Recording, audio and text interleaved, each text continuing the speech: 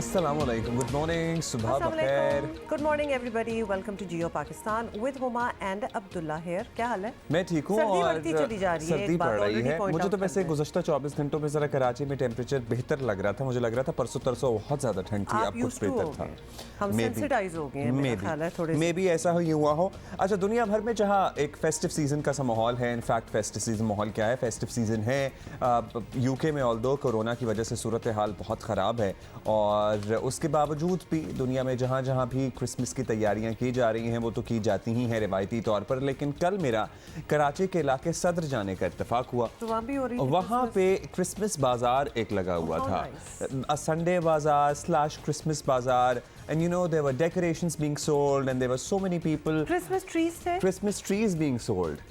So many Christmas trees being sold. वो artificial आपको पता है जो आते हैं वो भी चाइना ही बनाता है. Obviously चीज़ें तो मेड इन चाइना ही है. वही बनती हैं. अच्छा, लेकिन मुझे तो वैसे सारे ही हमारे जो फेस्टिवल्स होते हैं बहुत पसंद हैं. जो ईदें हो जो भी हो, आई जस्ट लव कोई इस किस्म की कोई सेलिब्रेशन एक्टिविटी हो रही हो. लेकिन क्रिसमस ये है कि चूँकि पूरी दुनिया ही मना रही होती है और अगर आप थोड़ा सा फिरे हो तो ये टाइम बड़ा स्पेशल होता है. Anywhere in the world you go. इसलिए I am very happy to hear कि आप जब क्रिसमस बाजार आपने देखा तो वहाँ भी बड़ी फेस्टिविटी थी. अरे बहुत ज़्यादा. और फिर बच्चे बुजुर्ग ख़वातीन की इतनी बड़ी तादाद. फिर वो तैयारी, जूते, कपड़े, चूड़ियाँ, स्वेटर, लॉन्ग बूट्स, सारा कुछ चल रहा था.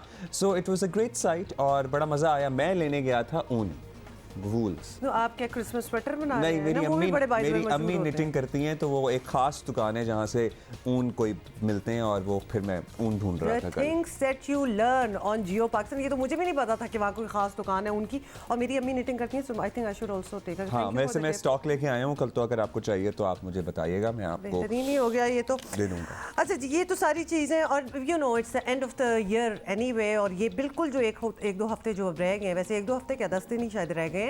आज क्या 20 है या 10-11 डेज नाउ लेफ्ट. तो ये बड़े एक्साइटिंग होते हैं, बड़े बिजी होते हैं. शादियां भी चल रही हैं, जितने फंक्शंस जो भी होने हैं. अगर पूरे साल में किसी ने किसी की दावत नहीं की अपने दोस्तों की तो वो भी इसी वक्त हो रहा होता है. अब मैं जो ना कल लिटरली मैं देख रहा था किस किस का व्हाट्सएप मैसेज आया, किसकी शादी किस डेट को है, दिन में रात में, किस तरह मैनेज करना है. बिकॉज एकदम सारी ही चीज़ें आ जाती हैं. So this is that time of the year. लेकिन होपफुली हमारी यहाँ सूरत हाल पर्टिकुलरली कोरोना की अंडर कंट्रोल रहे. एग्जैक्टली कितने फिगर्स हैं जो हम तक पहुँचे हैं गुज़श्ता 24 घंटों के दौरान वो हम आपको थोड़ा से देर बाद शेयर कर देंगे. बहुत से लोग बहुत सी बातें कर रहे थे. आपको पता है हम हुकूमत को शदीद तनकीद का निशाना बनाते हैं क्योंकि हालात ही हमारे इर्द गिर्द ऐसे हैं. और अपैरेंटली हुकूमत की पॉपुलैरिटी कितनी मुतासर हुई है, स्पेशली उस सूबे में जहाँ से गुज़श्ता 2 टर्म से पाकिस्तान तहरीक इंसाफ कामयाब होती आई है. वो भी दूध का दूध और पानी का पानी ऑलमोस्ट बल्दियाती इंतखाबात के इस मरहले में तो हो गया है. बड़ा वैसे आई ओपनिंग रहा. लेकिन एट द सेम टाइम जहाँ क्रेडिट बनता है वहाँ क्रेडिट दिया जाना चाहिए. अब इस्लामाबाद में एक बड़े अरसे बाद इस तरह की सिफारती गहमा गहमी और OIC का इजलास और उसमें हमारे बैनुल-अक़वामी सतह के मेहमानों की आमद सर्टनली एक क्रेडिट है और जिसका क्रेडिट देना चाहिए. जो बड़ी खुशाइन बात है. मोर देन 70 फॉरेन पार्टिसिपेंट्स उन्होंने पार्टिसिपेट किया इस पूरी स्पेशल कॉन्फ्रेंस में. और आज बाय द वे इस्लामाबाद के हवाले से बताया जा रहा है कि आज एक पब्लिक हॉलीडे भी कर दी गई है because movement of those dignitaries was obviously very important. और ज़रा मुश्किल हो रहा था वो करने के लिए, तो पब्लिक हॉलीडे दे दी गई आवाम को ताकि आसानी से जो डिग्निटरीज हैं जो अब वापस जा रहे हैं वो जा सकें. So we will give you an update on that as well.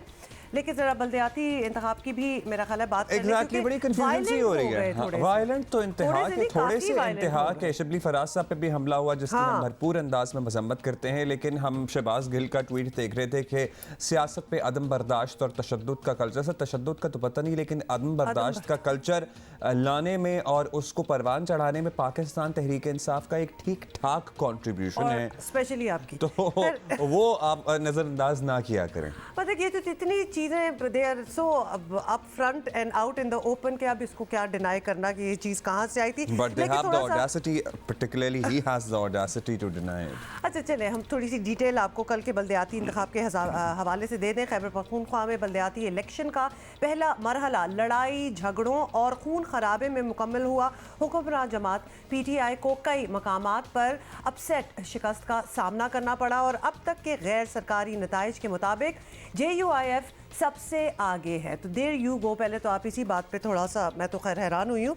JUI को 64 में से 19 तहसीलों में बरतरी हासिल हुई, 64 में से 19 हुई है और 4 में से 3 शहरों यानी पेशावर, बन्नू और कोहाट में JUI का मेयर का उम्मीदवार भी आगे है। मर्दान शहर में आपको ये भी बता दें, अवामी नेशनल पार्टी सब पर सबकत ले गई है और तहरीक इंसाफ 15 तहसीलों में आगे है। आज़ाद उम्मीदवारों को 12 और अवामी नेशनल पार्टी को 8 तहसीलों में बरतरी हासिल है। जमात इस्लामी 3, मुस्लिम लीग नून और तहरीक इस्लाह पाकिस्तान 2 तहसीलों में आगे हैं। मर्दान सिटी मेयर के इंतखाब में अवामी नेशनल पार्टी के हिमायतुल्लाह मारियार ने PTI पर वाज़े बरतरी हासिल की है। JUIF का उम्मीदवार दूसरे नंबर पर है। कोहाट सिटी के इलेक्शन में JUI के शेर ज़मान आज़ाद उम्मीदवार शफीउल्लाह खान से आगे निकल गए हैं। नौशहरा की तहसील पब्बी में भी PTI को शिकस्त का सामना देखना पड़ रहा है। ANP के गयूर अली खान ने मैदान मारा है।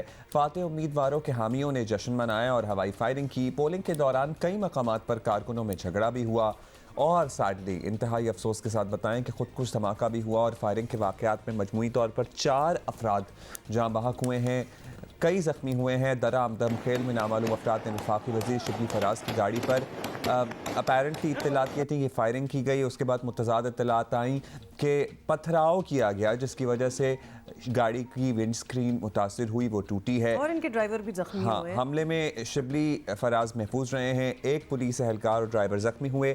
दारा आदम खेल ही के एक इलाके में मुश्तइल अफराद ने पोलिंग स्टेशन को आग भी लगा दी। अच्छा, अब हम ज़रा मज़ीद डिटेल लेना चाहते हैं ओवरऑल सूरत हाल, जो हमें एक्चुअली इस तरह खबर से तो लग रहा है कि इतनी अच्छी नहीं थी, लेकिन इस वक्त हमें ब्यूरो चीफ शकील फरमान ज्वाइन कर रहे हैं पेशावर से। वो हमें बताएंगे। शकील फरमान साहब, ये तो बड़ी वायलेंट और वॉलेटाइल किस्म की सारा मुहिम रहा, तो डिटेल आप दे सकते हैं, बताइएगा। देखिए, मुख्तलिफ जगहों पे वाक़यात हुए हैं जिनमें 6 अफराद जो है वो जाँ बहक हुए हैं। अगर खैबर की बात करें तो वहाँ पे जो है एक शख्स जाँ बहक हुए हैं, 2 बाजोड़ में हुए हैं। तो वायलेंस से बड़े पैमाने से इंतखाब हो रहा था और 17 अजला हैं। और ट्राइबल डिस्ट्रिक्ट की बात करें तो पहली मतलब वहाँ पे इंतखाबात हो रहे थे। हल्के फुल्के वाक़यात जो है पेशावर में पेश आए हैं। देखिए, ये तो बल्दियाती इंतखाबात के दौरान यह एक तारीख की रही है कि आप देखेंगे कि पोलिंग स्टेशन से जो है झगड़े होते हैं। इसी तरह जो है फिर वो झगड़े बाद मतलब जो फायरिंग और दीगर वाक़यात में तब्दील हो जाते हैं। तो इलेक्शन में इस किस्म के वाक़यात होते हैं और इस मरतबा भी हुए हैं। लेकिन ये है कि ओवरऑल अगर आप सूबे की बात करें, ये 17 अजला में हुए, तो ऐसे मेजॉरिटी अजला ऐसे हैं जहाँ पे लॉ एनफोर्समेंट एजेंसीज में पुरअमन इंतखाबात। ठीक है, आप कह रहे हैं शकील के ये रिवायती तौर पर यहाँ इलेक्शन में झगड़े होते हैं और इस मरतबा भी हुए हैं। So it is not something very surprising this time around. तो मजमूई तौर पर सूरत हाल आप कह रहे हैं ज़्यादातर इलाकों में पुरअमन इंतखाबात करा दी हैं, लेकिन जो वायलेंट इंसिडेंट्स हुए हैं वो खासे ख़राब रहे हैं और ज़ाहिर है 4 अफराद की जान चली गई। अब मुझे बताएं कि आपके पास अब तक कितने रिज़ल्ट्स आ गए हैं? अगर 64 में से 62 पे ज़ाहिर नताइज की हम तवक्को कर रहे हैं, तो कितने हतमी नताइज गैर सरकारी ही ऑब्वियसली होंगे आप तक पहुंच चुके हैं? और क्या पार्टी पोजीशन बनती नज़र आ रही है इस मरतबा? क्या अभी ये कहना ठीक होगा कि PTI को अपसेट शिकस्त हो रही है या फिर it's too early to say anything about it? देखें, PTI को अगर आप देखें तो जो है 2 तिहाई अक्सरियत है। अगर इसके साथ हम कंपेयर करें तो हमारा अपना जो है असेसमेंट यही है कि पाकिस्तान तहरीक इंसाफ को इन इलेक्शन में एक बड़ी पार्टी बनकर सामने आना चाहिए था, क्योंकि उनके पास हुकूमत है, उन्होंने डेवलपमेंटल वर्क किए होंगे। मेरी जो ज़ाती राय है ये मुकाबला जो है पाकिस्तान तहरीक इंसाफ और अपोजिशन का नहीं था। लगता ये है कि महंगाई का फैक्टर जो है वो आड़े आया है और उसमें जो है उसकी वजह से जो है वोट लोगों ने जो है हुकूमत के खिलाफ डाले हैं। और ये जो इंतखाबात हैं इनका आप ये नहीं समझ कि ये सिर्फ खैबर पख्तूनख्वा के लिए है। अभी जो है पंजाब में भी जो है लोकल बॉडीज इलेक्शन होंगे और इनके रिजल्ट वहाँ पे भी रिफ्लेक्ट करेंगे और फिर आप देख लें कि 1.5 साल के अंदर जो है उसके बाद जनरल इंतखाबात होंगे। तो खैबर पख्तूनख्वा में अगर आप माजी की देखिए बात शकील, करें तो पंजाब में तो ज़ाहिर है सूरत हाल पहले ही कोई बहुत हौसला अफजा नहीं है पाकिस्तान तहरीक इंसाफ के लिए, लेकिन खैबर पख्तूनख्वा की सूरत हाल पर भी और वहाँ पे पर्टिकुलरली वो कहते हैं हमने बहुत काम किया है, दूसरी टर्म है, हेल्थ कार्ड्स पूरे सूबे को मिल गए हैं, इसलिए बड़े पुरएतमाद भी थे। खैर एक सवाल ये भी है कि इतने पुरएतमाद थे तो फिर इतनी देर क्यों लगी ये बल्दियाती इंतखाबात कराने में। लेकिन अभी अगर हो रहे हैं तो क्या हम कहें पीटीआई की पोजीशन ठीक है, JUIF सामने आई है एक मजबूत पार्टी के तौर पे, ANP की वापसी आपको नज़र आ रही है या फिर इंडिपेंडेंट कैंडिडेट्स बड़ी तादाद में जीते हैं? देखें JUIF ने जो है कम बैक किया है और 19 ऐसे तहसील सिटी काउंसिल हैं जहाँ पे उनकी मेजॉरिटी है। उसके बाद पाकिस्तान तहरीक इंसाफ है और फिर इंडिपेंडेंट हैं। लेकिन अगर आप पेशावर की अगर बात करें तो पेशावर में कौमी असम्बली की 5 में से जो है यहाँ पे जो है जनरल इलेक्शन में पाकिस्तान तहरीक इंसाफ के उम्मीदवार कामयाब हुए थे और जो सूबाई असम्बली की सीटें हैं उसमें मेजॉरिटी सीट जो है वो पाकिस्तान तहरीक इंसाफ के उम्मीदवार लेकर गए थे। लेकिन रिजल्ट जो है पाकिस्तान तहरीक इंसाफ का पेशावर की अगर बात करें तो वहाँ ये हैरानकुन है उनके लिए। उसकी वजह ये है कि पेशावर का क्या रिजल्ट आया अब तक शकील? देखें PTI का अगर मेयरशिप है सिटी काउंसिल मेयरशिप के लिए तो पाकिस्तान तहरीक इंसाफ के उम्मीदवार यहाँ पे दूसरे नंबर पे हैं। GUI के उम्मीदवार ज़ुबैर अली वो आगे हैं। चनकनी में देखें तो चनकनी जो सूबाई वज़ीर ख़जाना का आबाई इलाका है वहाँ से जो है पाकिस्तान तहरीक इंसाफ ने जो है अब तक के जो नताइज हैं लगता यही है कि पाकिस्तान तहरीक इंसाफ ने यहाँ से सीट हार दी है। बड़देर में जो है अवामी नेशनल पार्टी के उम्मीदवार जो हैं आगे हैं। इसी तरह जो हसन खेल है यहाँ पे एक ऐसी तहसील है जहाँ पे पहली मरतबा जो ट्राइबल डिस्ट्रिक्ट ये मर्ज इलाका था, इसमें भी करवाए गए हैं इंतखाबात। तो यहाँ पे फिर जो है RO के जो कन्फर्म रिजल्ट है उसके मुताबिक सिर्फ PTI के उम्मीदवार जीत गए हैं।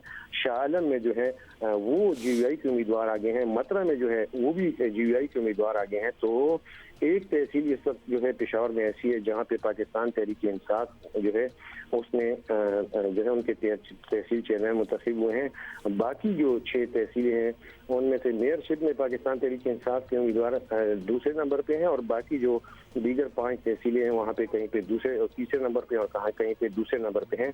तो ओवरऑल हमको ये लग रहा है कि एक बड़ा सेटबैक हुआ है पाकिस्तान तहरीक इंसाफ को, एक बड़ा दचका लगा है। सूबाई दारुल हुकूमत है, जब आपकी हुकूमत भी हो और आपने के दावे भी हो कि हमने डिलीवर किए हैं और उसके बावजूद जो है वोट आपके खिलाफ आए, तो इससे मतलब यही है कि आवाम ने अपनी राय बदली है। और सिर्फ यही तजज़ियाकार भी कह रहे थे कि पाकिस्तान तहरीक इंसाफ का मुकाबला जो है वो अपोजिशन से नहीं है, महंगाई से है। तो लोगों ने अब जो है वोट के जरिए बिल्कुल ये बड़ा सेल्फ एक्सप्लेनेटरी है। शकील फरमान साहब बहुत बहुत शुक्रिया हमसे बात करने का। इट्स वेरी क्लियर कि लगातार 2 अगर आप टेन्योर्स कहें हुकूमत करते 8 साल हो गए हैं PTI को वहाँ, और अगर ये रिजल्ट अब आ रहे हैं this is so close to the general election anyway कि ये बड़ा टेलिंग है कि इस वक्त मसला क्या है, किस चीज़ को टैकल करने की ज़रूरत है। जिस तरह शकील फरमान भी कह रहे थे आपके एनिमीज़ आपके हरीफ ये सारों को निकाल दें। महंगाई इज़ द इशू, क्योंकि वोट एंड में किसने देना है? आवाम ने देना है और आवाम अब इस मूड में नहीं है भाई कि अगर हमारे ही मसले पूरे नहीं होंगे तो फिर आप आओ या कोई और आए, इससे क्या फ़र्क पड़ता है? अच्छा, अगर हमारे मसले ये गैर हतमी गैर सरकारी नताइज हैं और अब तक यही सूरत हाल बनती नज़र आ रही है कि पाकिस्तान तहरीक इंसाफ को जितनी तवक्को खुद भी थी और जितनी तवक्को दूसरे इंडिपेंडेंट तज्ज़ियाकारों की थी कि वो सीटें निकाल लेंगे, क्योंकि ज़ाहिर है वही काम कर रहे हैं गुज़श्ता कई बरसों से, 8 बरसों से ऑलमोस्ट। दूसरा ये कि सारी मशीनरी लोकल एडमिनिस्ट्रेशन उन्हीं के पास है, क्योंकि सूबाई हुकूमत वफाकी हुकूमत, इसलिए लोगों को तवक्को थी कि जनाब वो बआसानी यहाँ से इलेक्शन जीत जाएंगे। लेकिन अगर पेशावर शहर में भी वो ना सीटें निकाल पाएँ तो सर्टनली एक लम्हा फ़िक्रिया है, सोचने की बात है। है और सोचने की क्या बात है। एक सूरत हाल वो है जो हम सब के सामने है। वो दूध का दूध और पानी का पानी करने की ज़रूरत क्या है। ये सूरत हाल रोज़े रोशन की तरह आया है कि आम आदमी की ज़िंदगी बहुत मुश्किल हुई भी है। आई डोंट थिंक कि ये एक्सपेक्ट किया होगा। ऑब्वियसली आपको पता है कि जो इस पूरे उस मुहिम में होते हैं जो कि गवर्न कर रहे हैं फॉर ईयर्स, और उसके बाद अब दोबारा से लड़ाई हो रही है, पूरी एक कंपटीशन हो रहा है कि हम वापस आके करें, उनको ये मैटर करना चाहिए कि लोग क्या फील करें, because at the end of the day as I said लोगों ने ही आपको वापस लाना है या आपको उतारना है। So you have to please the people and not anybody else. आपका टीवी पे एक मुबाहिसा देख रहा था और वो इस बात पे बहस कर रहे थे टीवी पे बैठ के हुए कि मैंने वादा किया था कि 3 टाइम गैस आएगी या नहीं आएगी, और मतलब है कि what are we talking about. Sir सुबह दोपहर शाम 3 खाने के टाइम पे भी गैस नहीं आती है। इंडस्ट्री को गैस बंद है, हम लोगों की गैस नहीं है, हाँ पर्टिकुलरली नहीं है। मुल्क के मुतादिद इलाकों में इसका नामो निशान ही नहीं है, लेकिन उन तक वो बात नहीं पहुंच रही ना। एनीवे हम ले और वो कहते हैं मैं करूँ भी क्या, गैस है ही नहीं। तो आप वहाँ बैठे ही क्यों हैं अगर आप कुछ कर भी नहीं मतलब है कि फिर ये झूठे तसल्ले दिलासे और ये नहीं दिया करें ना कि 3 टाइम आ जाएगी और ये हो जाएगा और वो हो जाएगा। बताएं जी, कुछ नहीं है, अब कुछ नहीं हो सकता। हाँ, honestly your honesty will be better accepted. वो अच्छी तरह लोग वेलकम कर लेंगे अगर आप ऑनेस्टली बता दें कि क्या सिचुएशन है और बहाने ना डालें। अल्टरनेटिवली भी अल्टरनेटिव सोर्स ऑफ एनर्जी के लिए कुछ करें ना। मुझे स्पेशली बड़ी खुशी होती है जब हमारे पास यंग लोग आए, खास तौर पे यंग गर्ल्स आए और बड़े हाई अचीवर्स हों और बड़े उनकी हाई ड्रीम्स भी हों, तो मुझे बड़ी सेटिस्फेक्शन होती है। और अगर खेल के मैदान में हों तो फिर तो और उनको सेलिब्रेट करने की बहुत ही ज़बरदस्त बात है। तो आपको एक दफ़ा बताएं कि खेल के दीगर मुकाबलों की तरह स्क्वॉश में भी पाकिस्तान ने बड़े नाम पैदा किए हैं, ये तो आप सारे जानते ही हैं। पाकिस्तानी ख़वातीन भी इस मैदान में आगे आती नज़र आ रही हैं। इनफैक्ट कुछ एग्जाम्पल्स तो पहले ही सेट हुए हैं। अगर ख़वातीन के हवाले से भी बात हो, जिस तरह के मारिया तूर पकाई जो कि बड़ी सेलिब्रेटेड हमारी स्क्वॉश प्लेयर भी हैं, हमारे शो का बहुत बार हमारे शो पे गेस्ट भी रही हैं, तो वो उनकी बैकग्राउंड हम जानते हैं। लेकिन अपेरेंटली उनसे इंस्पायर होकर बहुत सी और लड़कियां भी सामने आ रही हैं, जैसे कि 18 साल और 14 साल की कम उम्र मलिक सिस्टर्स इस वक्त अमेरिका में हैं और वहाँ ये स्क्वॉश के आलमी मुकाबले में पाकिस्तान की नुमाइंदगी कर रही हैं, अंडर 19 एंड अंडर 15 कैटेगरी में, और 41 कंट्रीज 41 ममालिक से 850 प्लेयर्स के बीच ये पाकिस्तान की नुमाइंदगी कर रही हैं, which is certainly a great deal, a big deal. और हम वेलकम करेंगे मरियम मलिक और आमना मलिक को, और ये फिलाडेल्फिया अमेरिका में इस वक्त मौजूद हैं। सबसे पहले तो भाई thank you for being with us. I know कि आपके मैचेस भी हैं, आप टूर्नामेंट पे भी इस वक्त खेल रही हैं, पार्टिसिपेट कर रही हैं, उसका प्रेशर भी होता है, and then you took out time for us. How did this all start? As in, particularly Amna, you're just 14, Mariam, you are 18. कितने ऐसे से आप लोग खेल रहे हैं? हमें 2 साल हो गए फिलहाल खेलते हुए। तो ये हमारा शौक ही है कि हम लोग ने डिसाइड किया कि हम लोग यूएस ओपन में आए ताकि एक्सपीरियंस मिले, और मतलब there's a lot of learning in this। तो बस we can imagine there must be so much learning। लेकिन ये जो इंटरेस्टिंग बात लगती है कि जब आप कहती हैं ना कि हमारा शौक था कि हम कुछ करें, मतलब छोटे मोटे शौक भी हो सकते हैं, ये तो एक बड़ा मेगा शौक है। तो इस शौक एक्सपेंसिव शौक भी है और बड़ा कंपेटिटिव भी है, तो इंस्पिरेशन कौन रहा है इसके पीछे आपके लिए? तो देखें, जो पाकिस्तानी होते हैं तो ये तो बड़े काम ही करते हैं, हमारा ब्लड ही ऐसा होता है। True। तो बात ये है कि हमारी बेसिकली जो इंस्पिरेशन है वो हमारे फादर हैं। मेरे बाबा वो आर्मी लेवल पे खेले हुए हैं, तो हमें उनसे देख के ही शौक पैदा हुआ है। Lovely। तो कर्नल जुल्फिकार उनका नाम है, तो बस उन्होंने हमें बेसिकली इस गेम में डाला है, तो हम लोग भी। नहीं तो वो उन्होंने तो आपको डाल दिया, आप दोनों का भी इंटरेस्ट डेवलप हो गया उसके बाद, या अभी भी सोचते हैं कि हम किधर फंस गए हैं? नहीं, बिल्कुल बहुत शौक। अच्छा, ये मरियम तो कह रही है आमना आपको भी उतना ही शौक है जितनी मरियम एंथुसियास्टिक लग रही है इस खेल के लिए? जी मुझे भी उतना ही शौक है, काफी शौक है। अच्छा, जबरदस्त। हमने पढ़ाई से भी स्क्वॉश के लिए ब्रेक ले लिए 1 साल के लिए, तो अभी उस स्क्वॉश पे फोकस कर रहे हैं। ज़बरदस्त, ये तो बहुत ही अच्छी बात हुई, क्योंकि किसी स्पोर्ट में इतना जुनून तक इंटरेस्ट हो तो किसी एक चीज़ को साइड पे रखना पड़ता है. And I am sure you will come back to your पढ़ाई as well. Maryam, you are now representing Pakistan in US junior open squash tournament. तो इसके लिए क्या you have to qualify for it? कोई पॉइंट सिस्टम होता है? हाउ आर यू रिप्रेजेंटिंग और पाकिस्तान? अब मतलब तक किस साथ तरह? में ये भी बताइएगा कि अभी आप किस स्टेज पे हैं इस टूर्नामेंट में? अभी मैंने पाकिस्तान में काफी टूर्नामेंट्स खेले हैं, तो उसके हिसाब से मतलब मेरी आई प्लेड वेल. मतलब मुझे लगा कि मेरी गेम इस लेवल पे है कि मैं जाके इधर कम्पीट कर सकती हूँ. तो मैं पाकिस्तान में फिलहाल अगर ऑन ग्राउंड देखा जाए तो I am under 19 number 2 and she is under 15 number 1.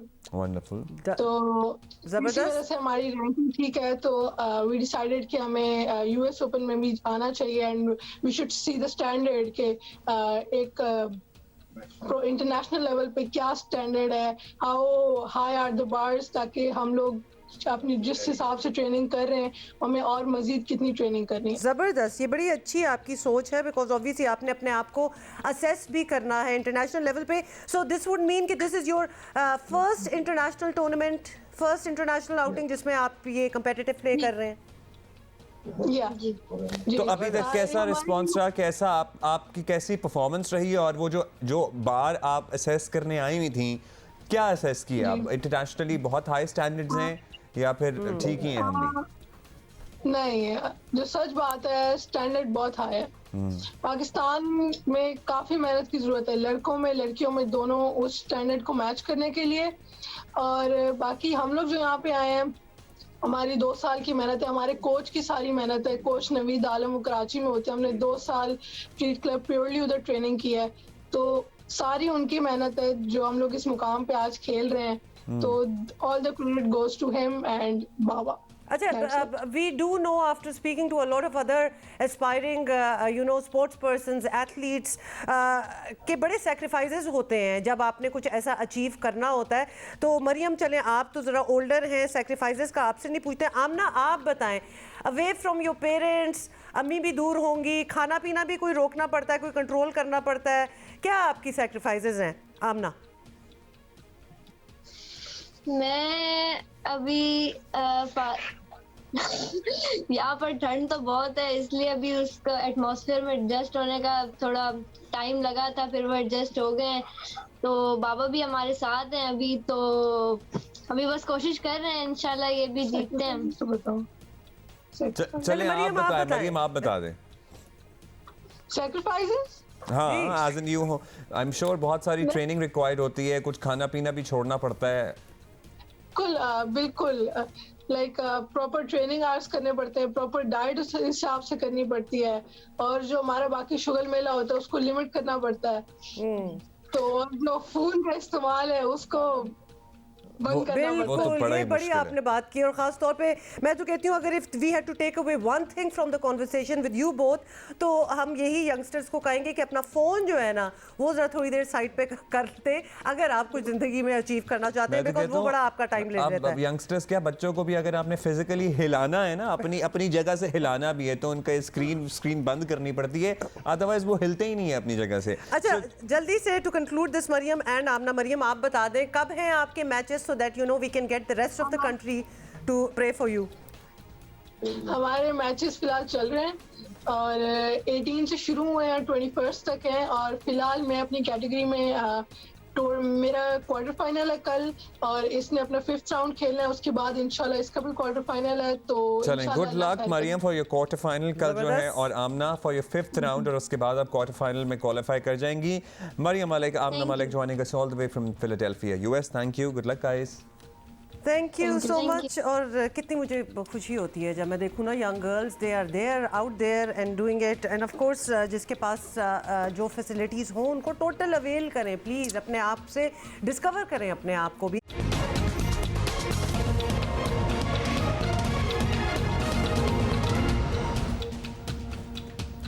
Welcome back, अस्सलाम वालेकुम. Just joining us. अच्छा, दिस द होल वीक, एक तो हम पहले ही बात कर रहे थे कि ये एंड ऑफ द ईयर जो मंथ होता है उसमें शादियाँ हो रही होती हैं, और फिर बहुत फेमस शादियाँ भी होती हैं, तो they take over the social media. और एक्चुअली अभी कुछ तस्वीरें आई हुई थी तो हम वो भी नोटिस कर रहे थे, which is actually fun. You get to be a part of these weddings, है ना. तो लगता है कि आप भी हिस्सा हैं इन सो शादियों लेफ्ट के। आउट नहीं फील करते आपको? वैसे आपको फेयर ऑफ मिसिंग, फोमो भी हो सकता है बाज़ लोगों को, इफ दे आर नॉट एक तो इनवाइटेड, भाई बट ये सोशल मीडिया की वजह से इतनी टर्मिनोलॉजीज आती हूँ कि तो मुझे पता भी नहीं होता क्या है, लेकिन ये फोमो मुझे पता है, और ये fear of missing out is actually real. कभी कभार ये फीलिंग होती है, sometimes you want to be invited, you don't necessarily want to go, but you still want to be invited. तो ये अच्छा, कितनी दफ़ा होता है आप लोगों के साथ कि आप चाहते हैं कि आपको बुलाए, और जब आपको कोई बुला लेता है तो फिर नखरे। आपके दिल पे ऐसा होता है किसी ने पत्थर रख दिया कि आप कैसे जाएं और कैसे फिर वो मना करें? बहानों की एक लिस्ट निकलती है और फिर आपको बहाना बनाना पड़ता है। लेकिन अगर आपको बुलाया ही ना जाए तो फिर और बुरा लगता है फिर आपको, बहुत लेकिन bad। बुलाया जाए तो फिर आप जाना नहीं चाहते। तो मैं इस वक्त अपनी सोशल लाइफ के उस स्टेज पे हूँ बिल्कुल ऐसा ही है कि कि मुझे जहाँ क्यों नहीं मैं बुलाया? चाहता हूँ कि मुझे बुलाया जाए, लेकिन अगर बहुत जगह बुला लिया जाए तो मैं चाहता हूँ कि उसमें सिर्फ 10 में से एक जगह जाया जाए, लेकिन बुलाया सब जगह जाए। प्लीज पॉइंट टू बी तो नोटेड। ये सुन लिया आप सारों ने? ओके, बस यही बताना था। और इसके अलावा भी बड़ी इश्यूज हैं हमारी ज़िंदगी में, अगर आप चाहते हैं तो बातें कर सकते हैं। ओवरऑल जरा कोरोना की सूरत हाल मालूम कर लें और आपको बता भी देंगे कि 24 घंटों में क्या, do you have that data with जी यू? बिल्कुल, आई हैव। और अगर 24 घंटों का पहले तो हवाला आपको बता दें, ओमिक्रॉन की भी आज हमने डिटेल में बात करनी है। Doctor Javed Akram will also be joining us shortly. लेकिन 24 घंटे की हम बात कर रहे हैं। 6 डेथ्स, 6 अमवात ड्यू टू कोविड, नए केसेस 360 और 0.83% पॉजिटिविटी रेट है। पाकिस्तान वैसे मंडे को आपको पता है यूजुअली कम रिपोर्ट होते हैं केसेस, क्योंकि वो छुट्टी होती है, उसके बावजूद भी अच्छे खासे केसेस रिपोर्ट हुए हैं। खैर पाकिस्तान में कोरोना केसेस कम, लेकिन शरह अमवात कहीं ज़्यादा है। ये हम नहीं कह रहे हैं, ये डेटा एनालिसिस किया गया है, उसमें ये हक़ाइक़ सामने आए हैं।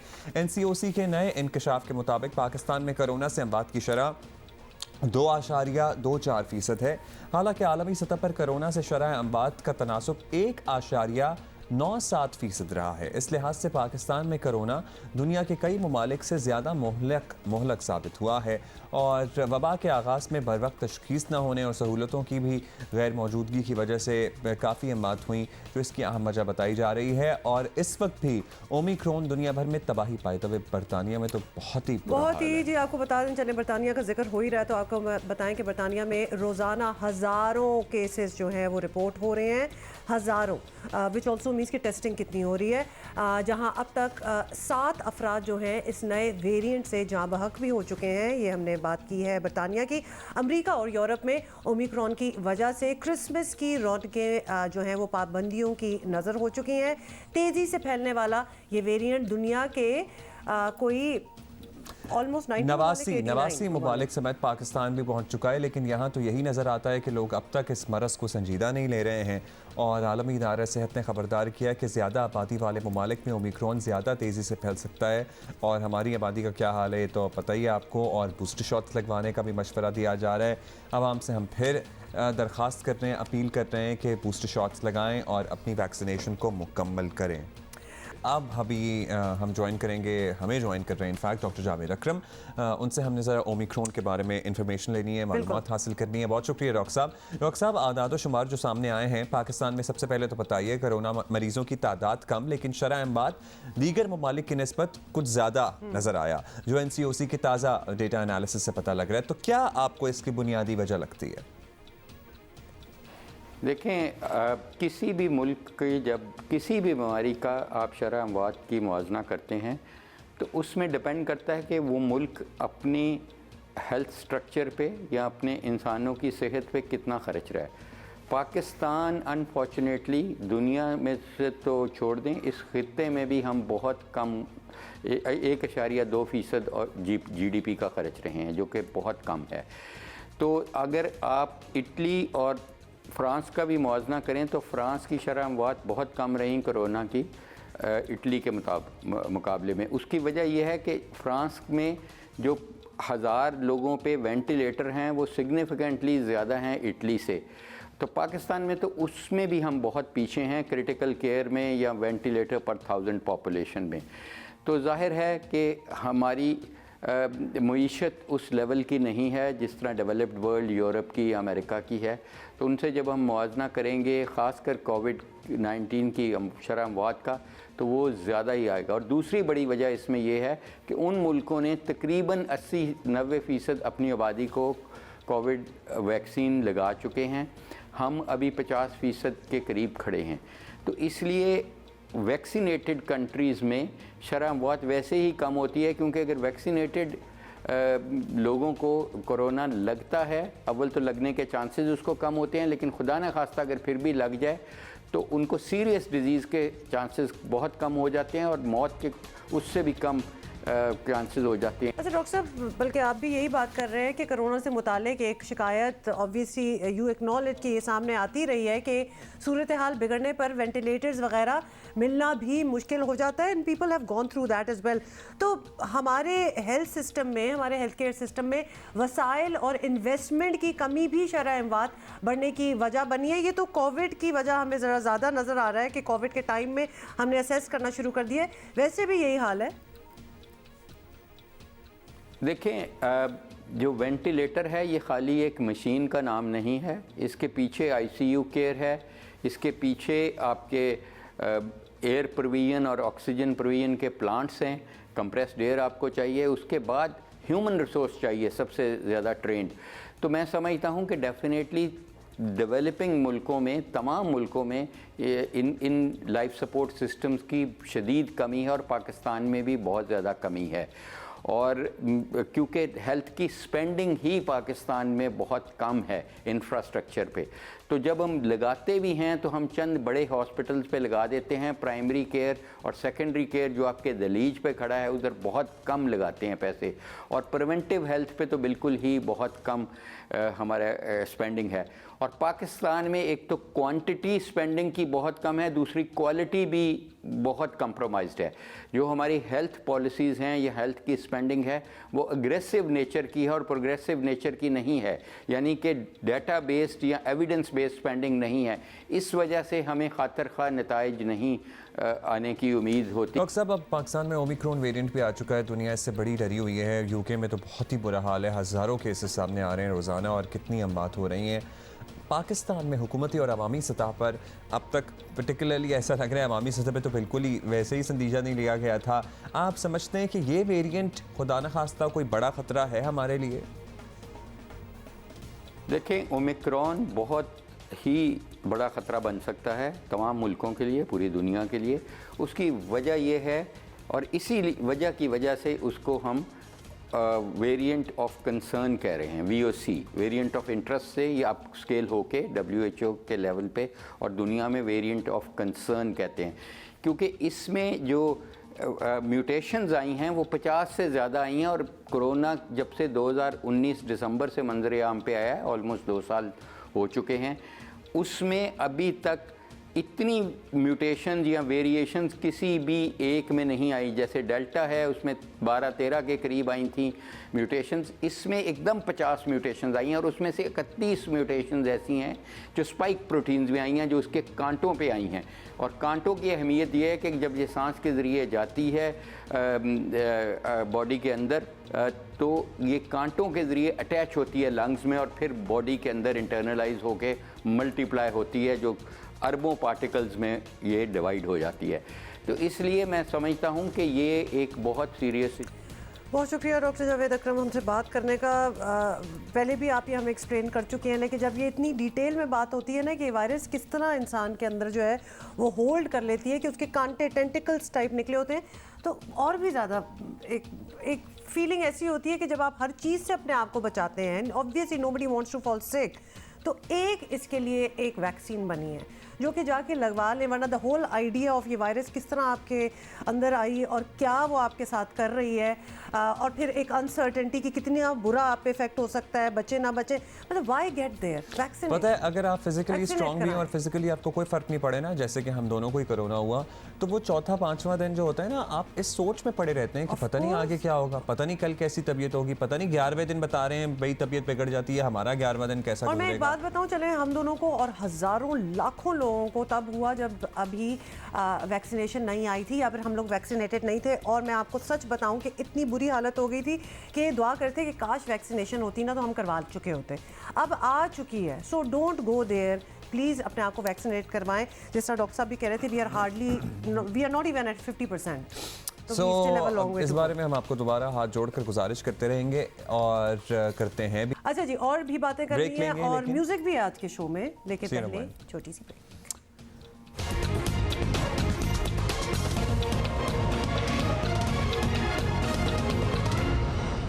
Welcome back, good morning once और अगेन। आपको याद दिलाएं एक दफ़ा, एक्चुअली पता तो हम सारों को है लेकिन याद दिलाने की ज़रूरत है कि ज़राअत का शोबा मुल्क की मईशत में रीढ़ की हड्डी की हैसियत रखता है। राबेल, हम काफ़ी बात करते हैं किसानों की कंट्रीब्यूशन की। हमने बचपन से यही पढ़ा कि हमारा मुल्क में ज़राअत जो है वो रीढ़ की हड्डी की हैसियत रखती है, लेकिन एट द सेम टाइम जब हमारे मुशीर ख़जाना या वज़ीर ख़जाना ये आके नेशनल असम्बली में कहते हैं कि जनाब हम फूड के नेट इम्पोर्टर बन गए हैं, तो हमें बड़ा दुख भी होता है इस बात का कि भाई हमने तो ये पढ़ा था और हम ये सुनकर बड़े हुए थे, तो ज़राअत हमारे मुल्क में मईशत में रीढ़ की हड्डी है, तो हम सारी चीज़ें ही इम्पोर्ट करने। अभी एग्जैक्टली क्या सूरत हाल है? क्या हमारी आबादी बहुत ज़्यादा है या फिर हम उतना अनाज नहीं प्रोड्यूस कर पाते? क्या आप लोगों ने इस बारे में भी गौर किया?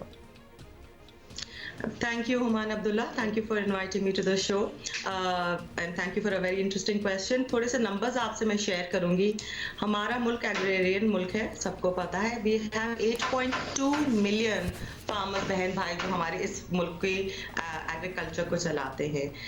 हमारा पाकिस्तान की इंटायर जीडीपी में 19% एग्रीकल्चर की कंट्रीब्यूशन है, और अगर आप वर्कफोर्स को देखें पाकिस्तान की तो 38% की कंट्रीब्यूशन एग्रीकल्चर से आती है। और सबसे जो एक बड़ा अच्छा नंबर है कि 22 मिलियन औरतें एग्रीकल्चर से काम करती हैं डायरेक्टली और इनडायरेक्टली। तो आप इससे हिसाब लगा सकते हैं कि कितना इम्पोर्टेंट ये सेक्टर है। लेकिन जिस तरह आपने बात की फार्मर्स की प्रॉब्लम्स, फार्मर्स की इश्यूज पे कोई बात नहीं करता। जो प्लेटफॉर्म्स इनके पास कोई अवेलेबल नहीं है कि वो गवर्नमेंट को अपने इश्यूज बता सकें और गवर्नमेंट को कन्विंस कर सकें कि फार्मर फ्रेंडली पॉलिसीज बनाई जा सके। और जिस तरह आपने बात की, मैं आपसे एक और नंबर शेयर करूंगी। 5 मिलियन हर साल नए बच्चे ऐड होते हैं हमारी पॉपुलेशन में।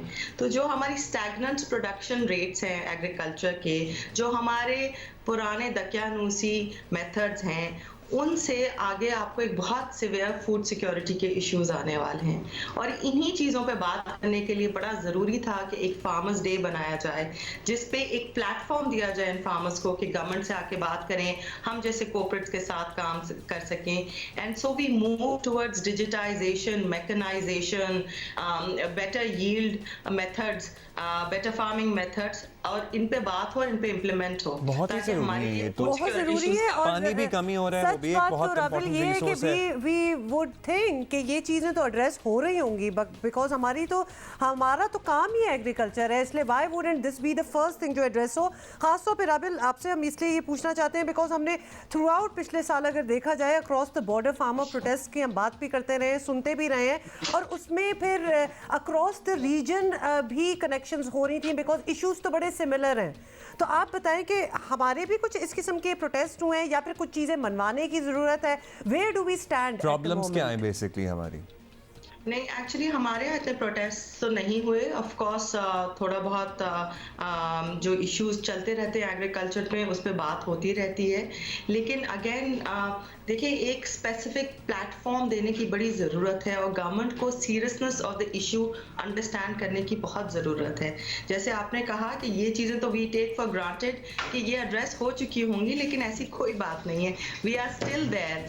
हमें अपने फार्मर्स को, हमें अपने किसान बहनों और भाइयों को मॉडर्न मेथड्स पे लाना पड़ेगा और उनको वो फ्रेमवर्क बना के देना पड़ेगा ताकि वो मॉडर्न मेथड्स पे आए, वरना we will definitely face a severe food security crisis. अच्छा, अभी आप लोग क्या कंट्रीब्यूट कर रहे हैं to address the problems that farmers have? हम बहुत सारी मैकेनिज्म की बात करते हैं, डिजिटाइजेशन की बात करते हैं, बेटर यील्ड्स की बात करते हैं। आप जैसे दीगर कॉर्पोरेट सेक्टर में बैठे हुए बड़े बड़े जायंट्स किस तरह कंट्रीब्यूट कर रहे हैं? जी, फातिमा फर्टिलाइजर की स्पेशलाइज्ड प्रोडक्ट्स हैं नाइट्रोफॉस्फेट और कैल्शियम अमोनियम नाइट्रेट, जो एक्चुअली फार्मर को, मैं और ये सिर्फ बात नहीं करी, एटलीस्ट 10% ज़्यादा यील्ड देती है कंपेयर टू आम खादें। So you know this is an integral part of what we are offering to our farmers. One, secondly, हम एक प्लेटफॉर्म जिसकी मैं बार बार बात कर रही हूँ कि हम टुवर्ड्स कोऑपरेट फार्मिंग दूसरे जायंट्स को लेके आना चाह रहे हैं ताकि हम इंटरनेशनल मेथड्स लेकर आए। यहाँ पे हम काफ़ी चाइनीज़ कंपनीज के साथ काम कर रहे हैं, सऊदी कंपनीज के साथ काम कर रहे हैं, ताकि उनकी हेल्प से, उनकी टेक्नोलॉजी यहाँ लाके हम अपने फार्मर्स बहन भाइयों की मदद कर सकें और ऑब्वियसली पाकिस्तान की मदद कर सकें। राबिल, जल्दी से भी बता दें, ये मदद आप करना चाह रहे हैं लेकिन क्या मदद लेने को भी तैयार हैं? क्या अवेयरनेस फैलाई जा रही है, क्या बताया जा रहा है? हम अपने बोर्ड रूम्स में बैठे होते हैं और हम सोचते हैं कि फार्मर्स बड़े फार्मर बहन भाई बहुत सिंपल लोग हैं। वो सिंपल बिल्कुल नहीं है। They want to progress in life, they want to do better in life, और उनका एक बड़ा विजन है कि हमने पाकिस्तान को सर्व करना है और ना सिर्फ अपनी बेहतरी करनी है, अपनी कम्युनिटी की बेहतरी करनी है और पाकिस्तान को भी सर्व करना है। तो they are very Wonderful. Keep doing what you're doing. और आपने 18 18 दिसंबर को जो दिन मनाया, इंशाल्लाह हर साल ये दिन आप मनाते रहें और हम आपको इसी तरह बुलाते रहें। Rabel Saduzai, national marketing manager Fatima fertilizer, was with us. Thank you for being with us Rabel. अच्छा जी, और now moving on to something that happened on the weekend in Karachi, और बड़ा ही उस पे बात tragic करना और बहुत खौफनाक। ज़रूरी है, क्योंकि थोड़ी देर के लिए तो हम खौफजदा हो गए थे कि धमाका किस नौइयत का है। और आपको पता है, पहली चीज़ तो आपको टेररिज्म ही आती है, लेकिन अपेरेंटली ये हमारे ही अपने इश्यूज़ हैं, हमारे अपने बनाए हुए इश्यूज़ और हैं, ये जिसकी तो वजह और से ये ज़्यादा हुआ। डरने की बात है और Exactly. खौफनाक सूरत हाल है कि अगर इस तरह नालों पे तामीरात हुई हुई हैं और नालों में गैस भर के ये तामीरात बम की तरह फट रही हैं, तो this is like a ticking time bomb every time, And as we saw as everywhere. well, मुसा साहब, सबसे पहले तो बताइएगा, ये जो धमाका हुआ, 17 लोगों की जान चली गई और ना हक ही बेचारे मारे गए। मतलब है कि क्यों इनकी फैमिलीज को ये भुगतना पड़ा? ये किसी की गलती है? अब तक क्या मालूम हो सका आप लोगों को? तहकीकात में क्या सामने आया? हुआ क्या एग्जैक्टली कि ये सब कुछ हो गया? जी, अभी भी इन्वेस्टिगेशन ऑनगोइंग है और कोई हतमी बात करना इस वक्त कबल वक्त होगा, लेकिन जो ज़्यादा प्रोबेबिलिटी है इसकी वो यही है कि जो नाले के अंदर गैसेस क्रिएट हो जाती हैं, उसकी वजह से ये हादसा हुआ और इसके अंदर कोई दहशतगर्दी या तखरीबकारी वाला कोई अंसर शामिल नहीं। अच्छा मुर्तज़ा, हम पहले भी इलीगल कंस्ट्रक्शंस की ख़ास तौर पे हम बात कर चुके हैं, तो कराची के नालों पर तामीरात के नतीजे में 2020 के सैलाब देखे और अब बात इतनी जानी नुकसान तक आ चुकी है। मतलब इनकी वजह से हमने बहुत इश्यूज़ देख लिए। तो ये तामीरात ख़त्म कराने के लिए कराची इंतज़ामिया कोई एक्शन लेगी या सुप्रीम कोर्ट को ही कुछ नस्ला टावर जैसे अहकाम जो हैं वो देना पड़ेंगे? और फिर उसमें और सवाल उठना स्टार्ट हो जाते हैं, ये भूल जाते हैं कि ये चीज़ किस बेस पे ये बात बनी हुई है।